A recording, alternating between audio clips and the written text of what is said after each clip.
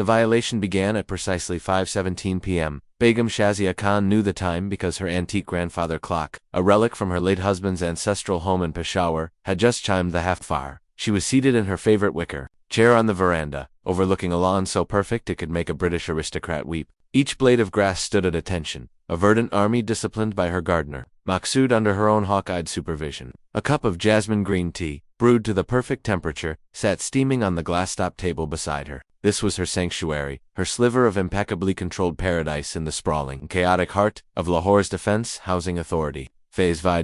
Then came the sound.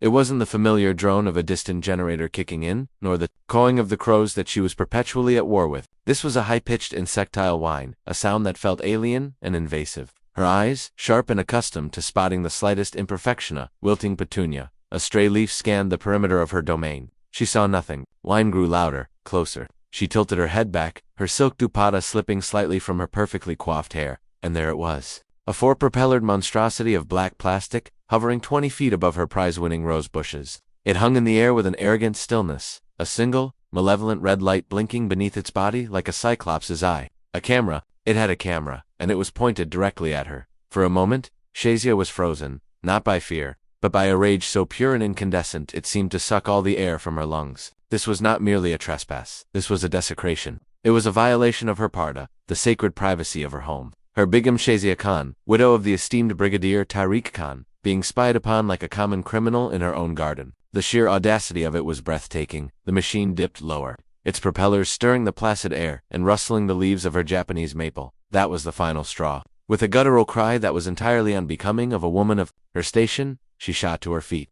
Her hand instinctively reached down, not for her phone to call security, but for her footwear. She slipped off her velvet-embroidered kusa and, with the practiced aim of a woman who had once disciplined two unruly sons, she hurled it at the mechanical intruder. The slipper cartwheeled through the air, a flash of maroon and gold thread, against the fading blue sky, and missed the drone by a comical margin. It landed with a soft thud in the middle of the lawn, a lonely testament to her failed attack. The drone, seemingly unperturbed, let out another whine and zipped sideways, hovering for a moment over the boundary wall before disappearing behind the roof of the adjacent house. The house of the new neighbor Asim. The silence that descended was more profound than before, broken only by the furious thumping in Shazia's chest. Her pristine lawn was now marred by a single, misplaced shoe. Her tranquil evening was shattered. Her authority had been challenged. She stood trembling, not from the evening chill, but from the cold, hard certainty that had settled in her heart. This meant war. 20 minutes later, after Maksud had been summoned to retrieve the offending kusa with a pair of tongs I don't want its filth-ridden shadow touching your hands, Maksud Shazia was on the march. She had replaced her elegant dupatta with a more formidable chiffon one, draped like a general's cape over her shoulders. Her face was set in grim lines of determination. She didn't bother with the main gate. She used the small wrought-iron side gate that connected her property to the street, her footsteps echoing on the interlocking bricks of the pavement. House number 1-B was a monument to everything Shazia detested. While her own home was a classic, elegant structure of beige stone and dark wood, this was a stark white cube of modernist architecture. There were too many windows, all of them shamelessly large and uncovered. A ridiculously oversized chrome sculpture that looked like a crumpled piece of foil sat on what passed for a lawn, and parked in the driveway was a garish yellow sports car that regularly roared to life at ungodly hours. She didn't ring the bell. She hammered the polished steel door with the flat of her hand. The sound boomed with satisfying authority. After a moment, the door swung open. There he was. Asim. He was younger than she'd thought, perhaps not even 30. He was tall and lean, dressed in a faded t-shirt with some nonsensical English phrase on it and ripped jeans. His hair was a styled mess, and he was holding a large pair of headphones around his neck. He looked at her with an expression of mild, unconcerned surprise. "Yes, Auntie?" he asked, his tone polite but casual. The use of Auntie was standard, yet from him, it felt less like a term of respect and more like a label for a harmless, elderly neighbor. Shazia drew herself up to her full 5'4" height. "Asim Beta," she began, her voice dripping, with the sort of saccharine courtesy that could curdle milk. "I believe you and I need to have a little chat." "Oh, okay," he said, leaning against the doorframe. "Everything all right?" "That is precisely what I came to determine," she said, her eyes narrowing. "Some of us in this neighborhood, the more established residents you might say, place a very high value on our privacy. It is a cornerstone of our culture, of a civilized society." He blinked. "Okay, I agree. Privacy is great, is it?" she challenged, her voice rising slightly. "Then perhaps you can explain the unmanned aerial vehicle that was hovering over my private garden not half an hour ago. A vehicle, I might add, that came from the direction of this very house."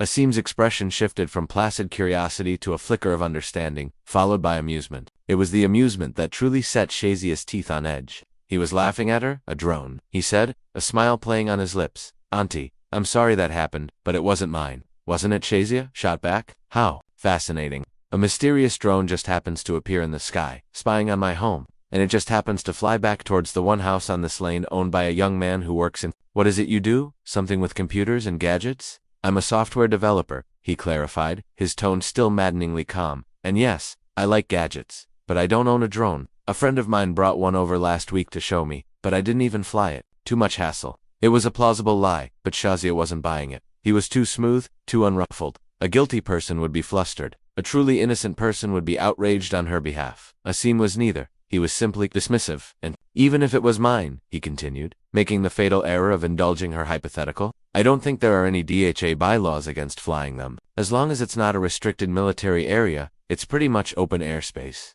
The word struck her like a physical blow. Bylaws? He was talking to her about bylaws. She, who had personally co-authored half of the Phase 6 Residents' Welfare Association's Code of Conduct. She, who could get a neighbor's unapproved extension torn down with a single phone call. The bylaws, she said, her voice dropping to a dangerous whisper, are a living document. Beta, they can be amended. They can be improved, too. Protect the residents from nuisances and from unwarranted surveillance. A flicker of something annoyance, perhaps, finally crossed his face. Auntie, I promise you, it wasn't my drone. I have work to do. Was there anything else? He was dismissing her. He was ending the conversation. Shazia felt a hot flush of fury. She wanted to say more, to accuse him, to threaten him with the full might of the Residents' Association. But she knew that without proof, she would only look like a hysterical old woman. That was a role she refused to play. No, she said, her voice clipped and cold. There is nothing else. For now, she turned on her heel and marched back to her house, not giving him the satisfaction of a backward glance. The war had begun, but she had lost the opening skirmish. He thought he was safe behind his bylaws and his calm denials. He had no idea who he was dealing with. Begum Shazia Khan did not lose. She simply regrouped. The emergency meeting of the Phase V Residents' Welfare Association was convened the very next evening in Shazia's formal drawing room. It was a room designed for intimidation, with heavy velvet curtains, dark wood furniture, and a Persian carpet so valuable it had its own line item in her insurance policy. The air was thick with the scent of jasmine and old money. The committee members trickled in.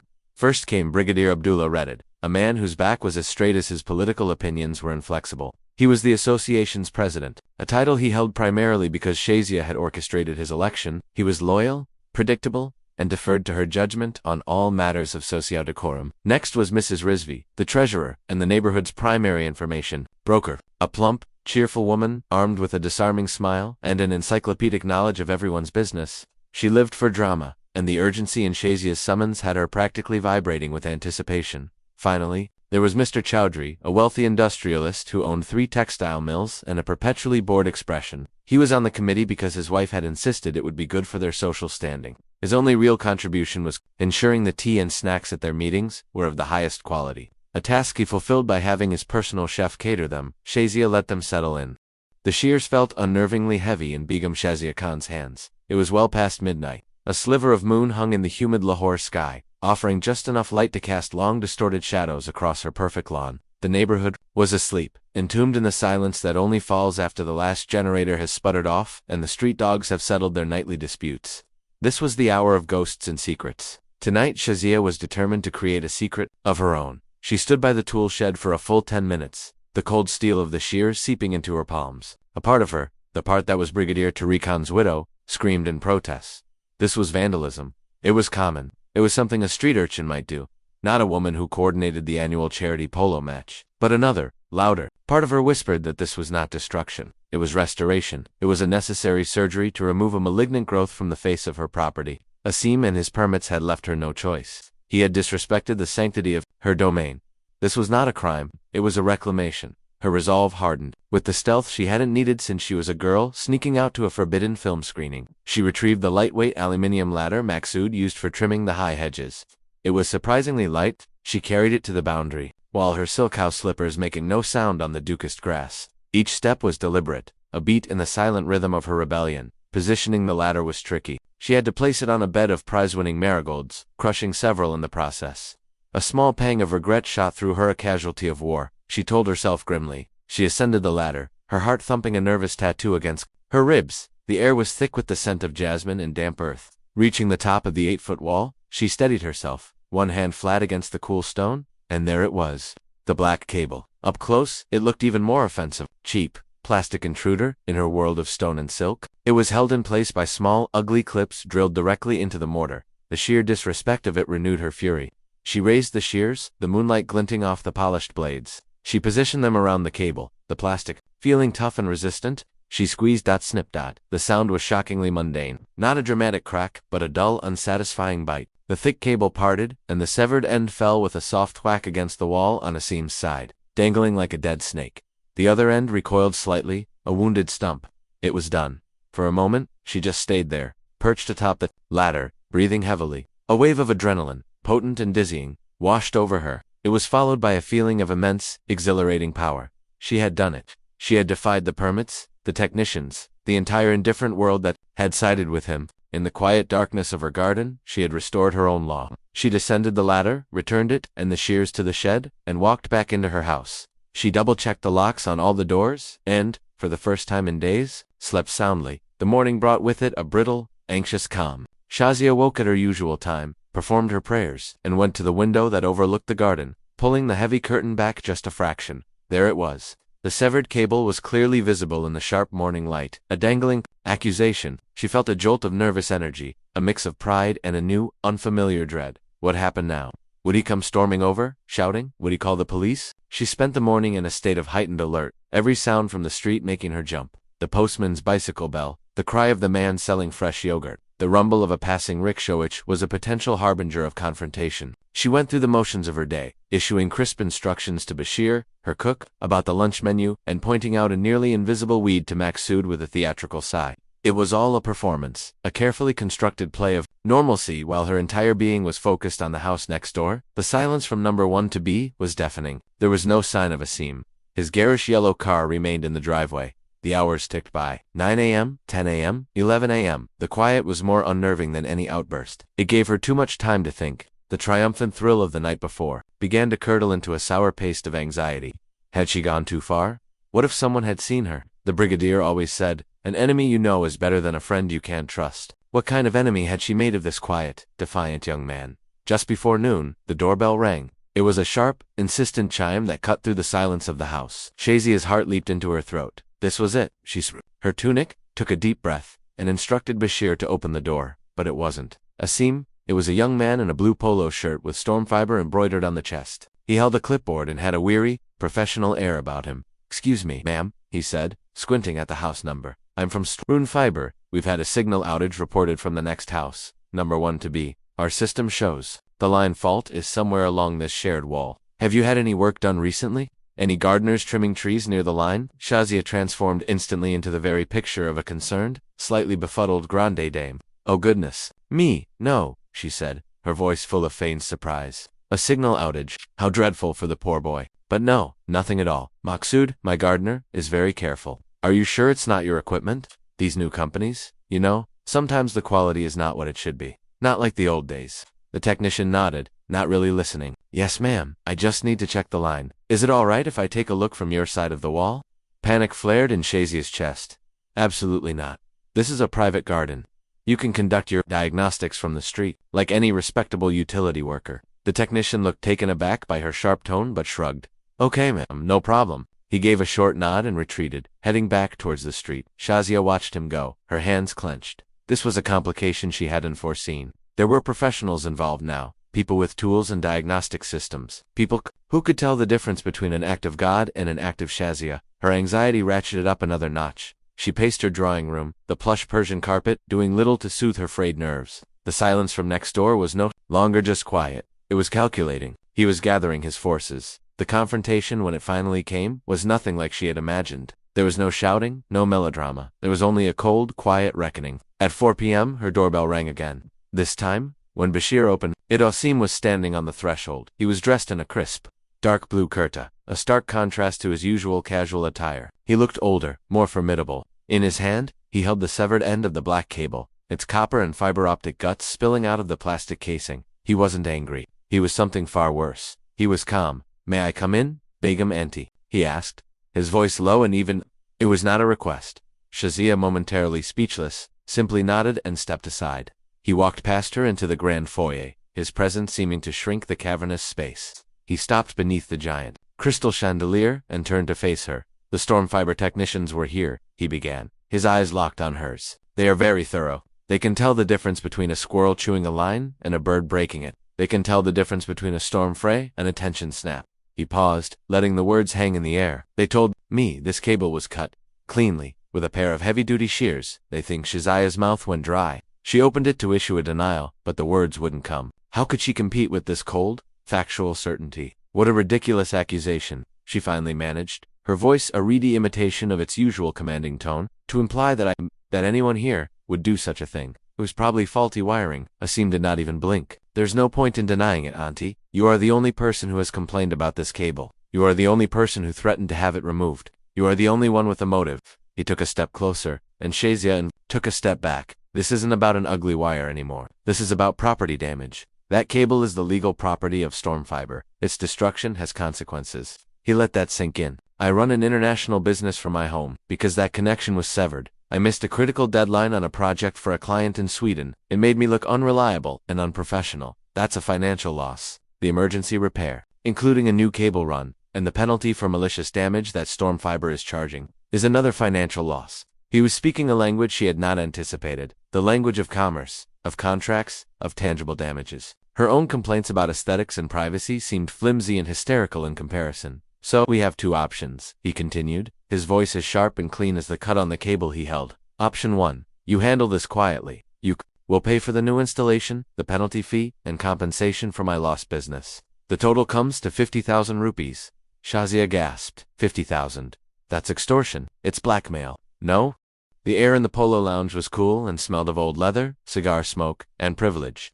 It was a world away from the humid, jasmine-scented confines of Shazia's garden. She had chosen this place for its discretion. Here, amidst the quiet clinking of cutlery and the murmur of conversations about stock portfolios and sugar mill yields, a woman of her standing could have a conversation without attracting undue attention. It was Monday afternoon, exactly 6 hours past Asim's deadline. She had not transferred the money. Instead, she was preparing to go on the offensive. Her cousin Salim arrived precisely on time. He was a man who looked like he had been born in a bespoke suit. Slim, with silvering temples that added distinction to his sharp features, he moved with an unhurried grace that belied the murky nature of his profession. He greeted her with a warm, respectful Shazia Baji, kissing the air near her cheek. Before settling into the plush leather armchair opposite her, "You are looking well, Baji," he said, his eyes scanning her face with an unnerving perception. He could see the stress behind her carefully applied makeup. But your voice on the phone, it sounded like you were dealing with a bit of a nuisance. Shazia took a slow sip of her mint lemonade before replying. Nuisance is too gentle a word. Salim, I am dealing with an infestation. She laid it all out for him, her voice low but intense. She started with the drone, the flagrant disrespect. She moved to the cable, the ugly black scar on her wall. She recounted her attempts at a civilized, community-based solution through the association, and how he had arrogantly dismissed it. Finally, she came to the ultimatum, the severed cable and the demand for 50,000 rupees under the threat of public humiliation. She omitted only one detail, that she had actually cut the cable herself. In her version, it was a mysterious and convenient accident that the boy was now exploiting. Salim listened without interruption, his steepled fingers resting on his chin. He didn't seem shocked or judgmental. He looked like a surgeon listening to a description of a tumor he was being asked to remove. When she finished, he was silent for a long moment. So, to summarize, he said, his voice smooth as silk. This boy Asim is a software developer, works from home, so his peace and his internet are his lifeline. He has offended your sense of order and propriety, and now he is trying to extort you. You do not want to pay, you do not want the police or DHA security involved. What you want is for the problem to go away, preferably for him to go away. Precisely, Shazia said, relieved that he understood so perfectly. This is not a job for thugs. Baji Salim continued, almost as if thinking aloud. Breaking his windows or slashing his tires is messy. It leads back to you. No, this requires a more elegant approach. The modern world has created modern vulnerabilities. We don't need to break his bones. We just need to break his spirit. He smiled, a thin, humorless expression. In his business, he leaned forward. Give me 48 hours and a small retainer for expenses. Let me find out who this Asim Siddiqui really is. Where does he get his money? Who are his clients? What are his pressure points? Once we know his weaknesses, we can begin to apply pressure. Gentle at first, then not so gentle. We will make life in number one to be so complicated, so stressful, that leaving will seem like a blessed relief. Shazia felt a thrill run down her spine.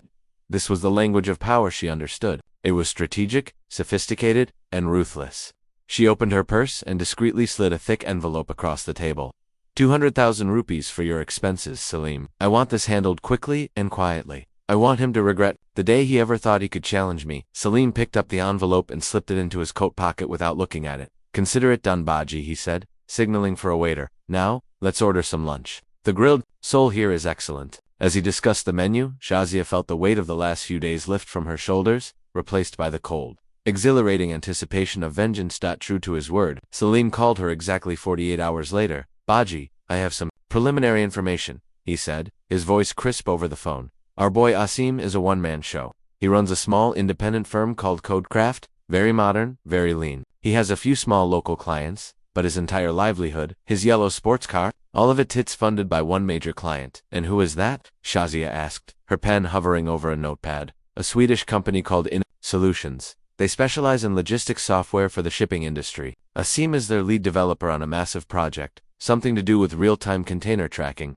He's been working with them for 3 years. He has a very good relationship with his project manager, a man named Anders Bjorklund. From what my sources can gather, the Swedes value him for his reliability and his ability to work independently without issues. They are a 5-hour flight away. They need a man on the ground they can trust. Shazia's heart beat faster. Reliability, trust. The words were like a gift. He's vulnerable, Baji Salim continued. He has no partners, no corporate buffer. If his relationship with Innovetic sours, his business collapses. He's a digital artisan. All he has is his skill and his reputation. Excellent, Salim. Truly excellent, Shazia breathed. So, what is our first move?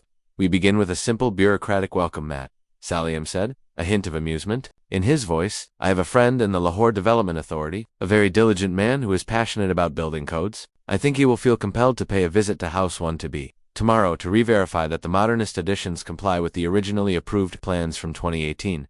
It will be a very thorough inspection. The campaign had begun. The next morning, as Shazia sat on her veranda, pretending to read the newspaper, a white government-issue Suzuki pulled up in front of Asim's house. 2 men in drab bush shirts, armed with clipboards and measuring tapes, emerged and began a loud, officious inspection of his property, questioning the cantilevered balcony and the size of the windows. Shazia watched Asim emerge, looking confused and annoyed, trying to reason with them. He was on the phone for an hour, his voice growing increasingly frustrated. The inspectors stayed for 3 hours and left him with a sheaf of papers and a formal notice of non-compliance. Shazia sipped her tea. It tasted like victory. 2 days later, came the second wave. A notice from the Federal Board of Revenue, hand-delivered by a courier, announcing a full, comprehensive audit of his freelance income for the past 5 years. Shazia knew from Salim that this was a classic harassment tactic. It was nearly impossible to come out of a full audit unscathed, and the process itself was a nightmare of paperwork and endless visits to drab government offices. Now, she began her own part of the campaign, the social assault. Her primary weapon was Mrs. Rizvi. She invited her over for afternoon tea, a calculated move. It's the strangest thing, you know, Shazia began, after plying her guest with gossip and fresh cream rolls. That young man next door, Asim. I've seen some very official-looking people visiting him lately. First, some men from the LDA, and then someone delivered a very scary-looking notice from the tax office. Mrs. Rizvi's eyes widened. The tax office? Oh my. I always said there was something fishy about him. All that money for just typing on a computer? It doesn't seem right. One does wonder, Shazia said, stirring her tea with deliberate slowness. He keeps such odd hours. And that car? It seems a bit much for a boy his age. I just hope he isn't involved in anything unsavory. You know, these online scams and things. It would be terrible for the neighborhood's reputation. She had planted the seed. She knew that by evening, the news of Asim's troubles with the authorities and his suspicious income would have spread through the entire social network of Phase 6. He would be tried and convicted in the court of a UNTY-gossip. The effects were soon visible. Asim's confident posture was gone. Shazia would see him leaving the house, not in his flashy yellow car, but in a rush, clutching a folder of documents, his face drawn and anxious. He looked tired. The lights in his house were on late into the night. Sometimes, she would hear his raised voice, speaking frantically on the phone in his garden. The words unforeseen delays and bureaucratic nightmare drifting over the wall. The psychological warfare was subtle. Salim arranged for a series of wrong number calls to his landline between 2 and 4 a.m., the prime working hours for dealing with European clients. Then came the anonymous, typed note slipped under his door. We are watching you. It was crude, but effective. The goal was not to make a credible threat, but to foster a sense of paranoia, to make him feel unsafe in his own home. Shazia watched it all unfold with a grim satisfaction. This was true control, not the brutish act of cutting a cable, but the sophisticated, systematic dismantling of a man's peace of mind. He hadn't called the police about the cable. As Salim had predicted, he was now too consumed by his new, far more serious problems to pursue a petty squabble with his neighbor. He had poked the bear, and the bear had responded not by mauling him, but by methodically tearing his world apart. 1 week after her meeting with Salim, the final piece of ammunition arrived. Salim messaged her a single screenshot. It was from a professional networking site. A pic. The blinking cursor on the screen was a heartbeat. 2. Anders.Bjorklund@innovatech.se. The time on the laptop's corner read 4:31 p.m. Outside, the Monday afternoon traffic was beginning to build. Its distant roar, a low hum beneath the oppressive silence of Shazia's study. Her finger was poised on the mouse, a goddess of discord ready to smite a mortal with a single click. The words of the email were already formed in her mind, a toxic cocktail of feigned concern and damning insinuation. A few carefully chosen phrases were all it would take to shatter Asim's carefully constructed world. She felt a cold, exhilarating certainty. This was the end. Ding-dash-dong. The sound of the doorbell, sharp and imperious, sliced through her concentration. Shazia flinched, her hand recoiling from the mouse as if it were red-hot. She felt a flash of irritation. Who would dare interrupt her at this pivotal moment? Bashir would handle it, of course, but the intrusion had broken the spell. She heard the faint murmur of voices from the foyer, Bashir's deferential tone, and then a deeper, more familiar voice that made her sit up straight. Brigadier Abdullah. She quickly minimized the email window, a flush of something akin to guilt rising in her cheeks. It was a ridiculous feeling. Guilt was for criminals, not for matriarchs defending their territory, but she couldn't shake it. A moment later, Bashir appeared at the study door. Begum Sahiba, Brigadier Abdullah is here to see you. Send him in, she said, composing her features into a welcoming smile as she rose to greet him. The brigadier entered, his back ramrod straight, his face unusually grim. He was not here for a casual chat over tea. He dispensed with the usual pleasantries, and came straight to the point. Shazia, I've just come from the club, he began, his voice heavy with concern. The chatter, it's unbecoming. I've heard the most distressing rumors about the young man in 12B. Shazia feigned ignorance. Oh, what sort of rumors? You know very well what sort, he said, giving her a sharp look. Gossip whipped up by the usual hens. That he's in some sort of trouble with the LDA, with the tax authorities. That his business is shady. He sighed, sinking into an armchair. I paid a visit to Mrs. Rizvi to quash it. Told her it was irresponsible to spread such tales without any facts. Shazia's heart skipped a beat. This was not the reaction she had anticipated. The boy might be a bit modern for our tastes. The brigadier continued, looking at her earnestly. That car is certainly loud, but he is a resident of our phase. He is one of us now. And in this country, as you know, it is all too easy for an honest man to be harassed by corrupt officials looking for a bribe. The LDA, the tax office, these departments are not always paragons of virtue. He leaned forward, his expression sincere. If this young man is being targeted, it is our duty as the Residents Association, as his neighbors, to stand with him. We must protect the honor of our community. We cannot allow our residents to be preyed upon. I was thinking we should form a delegation, you and I, and pay him a visit, offer our support. Let him know he is not alone. Shazia stared at him, speechless. The world had turned upside down. The brigadier, the very bastion of the old world values she was supposedly defending, was taking Asim's side. He saw not an enemy to be vanquished, but a member of his flock to be protected. He saw the LDA and the tax office, not as instruments of her will, but as potential jackals to be fought off. In his simple, honorable code, the community was a shield for its members, not a weapon to be turned against them. For the first time, she saw her own actions through his eyes. The cleverness of her campaign with Salim suddenly seemed sordid and cowardly. She, Begum Shazia Khan, was behaving like the very corrupt, faceless bureaucrats the brigadier railed against. The imagined glory of her victory evaporated, leaving behind a foul, cheap residue, perhaps. Perhaps we should wait, Brigadier Sahib, she stammered, her mind racing. Let's not be hasty. Let's gather more facts first. You are right, of course. Prudence is key, he agreed, rising to leave. But we must be vigilant.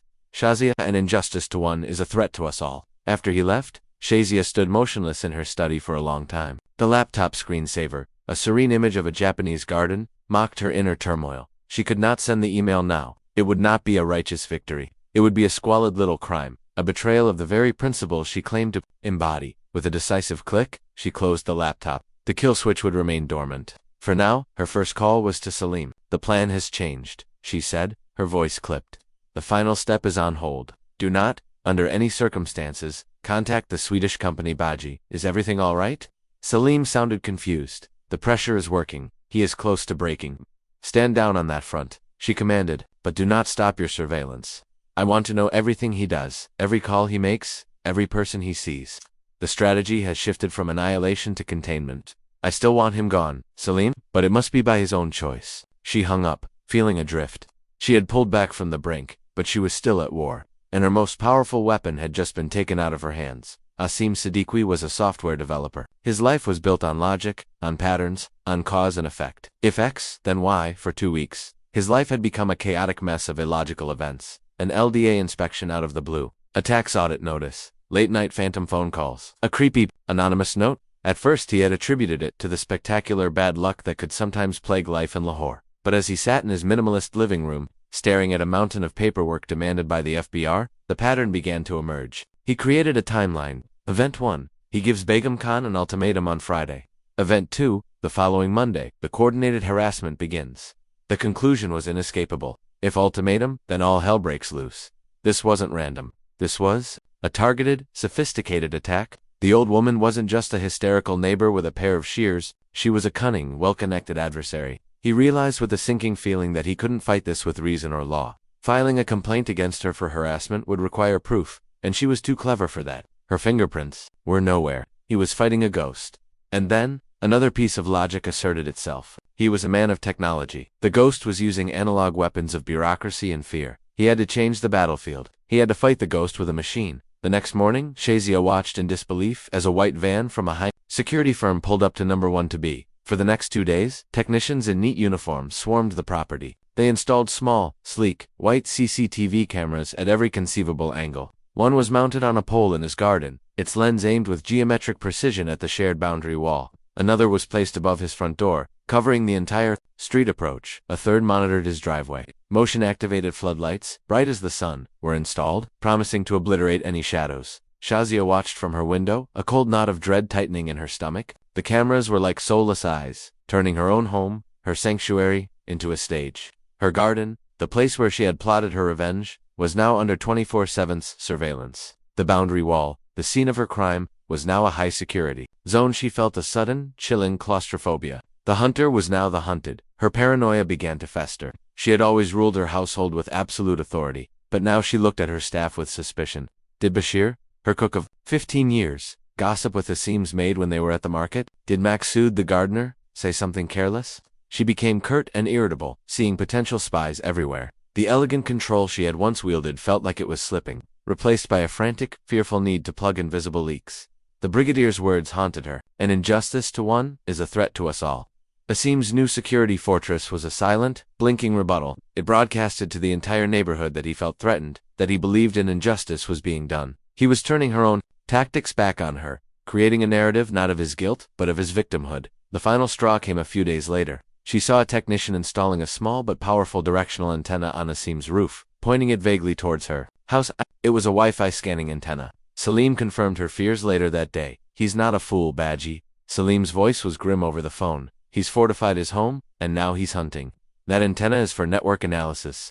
He's probably scanning for any unsecured signals, trying to trace the source of any digital harassment. My people say he has also invested in a top-tier VPN and network monitoring software. The anonymous route is becoming risky. Very risky. He's building a digital fortress. Shazia felt a wave of impotent fury. He had blunted her attacks. He had turned her home into a fishbowl. He had made her feel like the one with something to hide. Her grand strategy was in ruins, undone by a few thousand rupees worth of electronics. She had been pushed back, her power checked. She felt weak again, and she hated the feeling more than anything. She needed a new weapon, something the cameras couldn't see, something his firewalls couldn't block, something that would hit him, where no amount of technology could protect him. Salim, she said, her voice dangerously quiet. The business angle is closed. F. The name echoed in the silent study. Razia Kamal. It was not just a name, it was a key, a weapon, a final, terrible solution.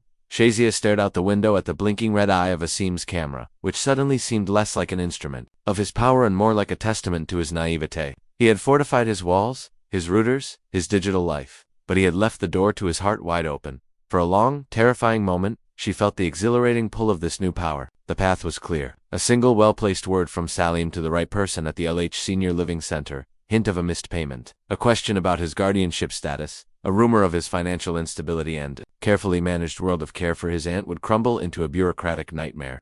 The fear it would induce in him would be absolute. It would bring him to his knees. But then, another image surfaced in her mind, unbidden. It was a memory of her late husband Tariq. In his final months, the weakness, the dependency, the quiet dignity he had fought so hard to maintain. She remembered the fierce, protective rage she had felt towards anyone, a clumsy nurse, an indifferent doctor who treated him as anything less than the brigadier he was. To be old, to be sick. It was a vulnerable state that demanded honor and compassion, not exploitation. The brigadier's words from the other day came rushing back. An injustice to one is a threat to us all. What greater injustice was there than to use a sick elderly woman as a pawn in a neighborhood squabble, to weaponize a nephew's love for his aunt? The triumph she had anticipated curdled into self-disgust. She had waged her war with what she considered style and strategy, fighting his modern defiance with her traditional influence. But this was not strategy, this was monstrous. She walked over to her desk and picked up a silver-framed photograph of her husband in his crisp military uniform, his eyes clear and direct. What would he think of her now? The thought shamed her more deeply than any police inquiry ever could. She picked up the phone to call Salim, to tell him to stop, to call everything off. But her finger hovered over the keypad. To stand down now would be to accept defeat. The cameras would stay. The ugly cable would remain. He would have one. He would have weathered her storm, and would live next door as a permanent, blinking monument to her failure. Her pride, that fierce, indomitable beast that had driven this entire conflict, reared its head one last time. She could not be monstrous. But she could not lose. There had to be another way. A way to win, but on her own terms, without crossing this final, unforgivable line. She put the phone down, her mind racing, searching for a path through the moral wreckage she had created. Friday came as she had expected. Asim's yellow car was gone in the afternoon. He was at the Alich Center, visiting his aunt. The sight of him leaving, however, did not fill her with rage. Instead, an idea began to form, a plan that was audacious, deeply personal, and entirely her own. It required no fixers, no bureaucrats, no anonymous emails. It was a strategy only she could execute. She spent the next hour on the phone with Mrs. Rizvi, not to spread gossip, but to gather it. She inquired about the ALH Center, feigning interest for a hypothetical friend. Mrs. Rizvi, whose cousin's mother-in-law was a resident there, was a fountain of information, providing details about the visiting hours, the layout of the reception, and the name of the head administrator. The next Friday, Shazia put her plan into motion. Dressed in her finest silk suit and carrying an expensive box of imported dates and figs, she had her driver take her not to the polo lounge, or a committee meeting, but to Goldberg. She walked into the cool, marble-floored lobby of the ALH Senior Living Center, alone. It was a place of quiet luxury, designed to soothe the anxieties of the wealthy about their aging parents. She approached the front desk. "I am here to see Mrs. Razia Kamal," she said, her voice calm and authoritative. "I am a friend of the family." The receptionist, a polite young woman, checked the records. "I'm sorry, ma'am, but Mrs. Kamal is not accepting visitors today. Her nephew, Mr. Siddiqui, is already with her." "Yes, I know," Shazia said smoothly. "I am not here to disturb them. I simply wish to speak with the head administrator for a moment. It is a philanthropic matter." The word philanthropic worked like a magic charm. Within minutes, she was ushered into the plush office of a Mr. Faruqi, the center's director. She introduced herself as Begum Shazia Khan, a name that still carried weight in Lahore's elite circles. She explained that she was the head of a charitable foundation, a slight exaggeration of her role in the Army Wives Welfare Fund, and was looking to make a significant anonymous donation to the center's patient welfare fund. Mr. Faruqi was ecstatic. As they spoke, Shazia expertly steered the conversation. "I am particularly interested in ensuring the best possible care for residents with chronic conditions," she said. "Someone like Mrs. Razia Kamal, for instance, a dear friend of my late mother's family. I was so pleased to hear her nephew, a fine young man, has her in such a wonderful facility." She then delivered the map. "I would like my donation to anonymously sponsor the full, ongoing expenses for one resident. Let's say, Mrs. Kamal. Consider it a tribute to my family's old friend. Her nephew need not be troubled with the bills any longer. You can simply inform him that an anonymous benefactor has taken care of everything, indefinitely." Mr. Farouk was stunned into silence. The sheer scale of the gesture was breathtaking. He began to stammer his thanks, assuring her it could be arranged. Shazia smiled, a serene, benevolent expression on her face. She had not threatened Razia Kamal's care. She had secured it, unconditionally.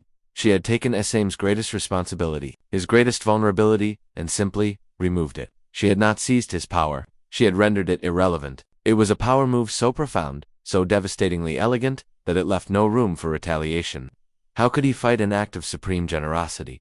The call came on Sunday evening. It wasn't Asim's number. It was the line. Bashir informed her that a Mr. Asim Siddiqui was on the line and wished to speak with her urgently. "Put him through." she said, settling into the armchair in her study. Begum Khan. His voice was strained, stripped of all its earlier defiance. It was the voice of a man in shock. I received a call from the ALH Center's administration. Oh, Shazia replied, her voice as smooth as cream. They told me my aunt's expenses have been covered, in full, indefinitely, by an anonymous donor. He paused, and she could hear him take a shaky breath. They wouldn't tell me who it was. They only said it was a woman, a friend of the family. It was you, wasn't it? I have no idea what you're talking about, Asim. She lied beautifully, but it sounds like a wonderful blessing for you and your aunt.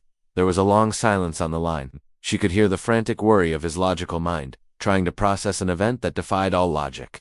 He had prepared for an attack, for threats, for harassment. He had built a fortress against malice. He had no defense against this. It was a checkmate he had never seen coming. What do you want? He finally whispered, the fight gone from his voice. It was the sound of complete and utter surrender. I want the peace and decorum of our neighborhood restored, Shazia said, her voice hardening slightly. I want the community's aesthetic to be respected, and I want an end to this unpleasantness. Tell me what to do, he said, his voice flat. The choice is yours, of course, she said, savoring her victory. But if one were serious about restoring good neighborly relations, one might start by removing any ugly, unapproved cabling from shared property. One might also remove any invasive surveillance equipment that makes one's neighbors feel like they are living in a prison camp. And finally, one might consider offering a sincere, public apology to those they have offended with their defiant behavior. The Residents Association meets this Wednesday. It would be an excellent forum for such a gesture. She had one, not by being a monster, but by being a benefactor. Not by destroying him, but by indebting him in a way he could never repay. It was the most complete victory she could have ever imagined. The next 2 days saw a quiet, efficient capitulation. The security firm returned and dismantled the cameras and the antenna. A different technician came and removed the black fiber optic cable, patching the holes in the wall. House 1-to-be was blind and isolated again. At the Residents Association meeting on Wednesday, held once more in Shazia's intimidating drawing room, Asim stood before the committee. He looked pale and thin. He delivered a stilted, humiliating apology for his hasty actions and any disrespect shown to the senior members of this community. He never once looked at Shazia. Mrs. Rizvi looked on with wide, confused eyes, while the brigadier nodded in stern approval, believing his lecture on community spirit had worked a miracle. After the meeting, Shazia stood on her veranda, a cup of tea in her hand. The wall was clean. The lawn was perfect. The silence from next door was no longer defiant, but defeated. Everything was as it should be. She had won, but as she stood there, surveying her pristine kingdom, the triumph felt strangely hollow. The silence felt less like peace and more like a void. Crushing Asim had been a thrilling game, but now that it was over, she was left with a profound sense. The world, which had tilted on its axis, refused to right itself.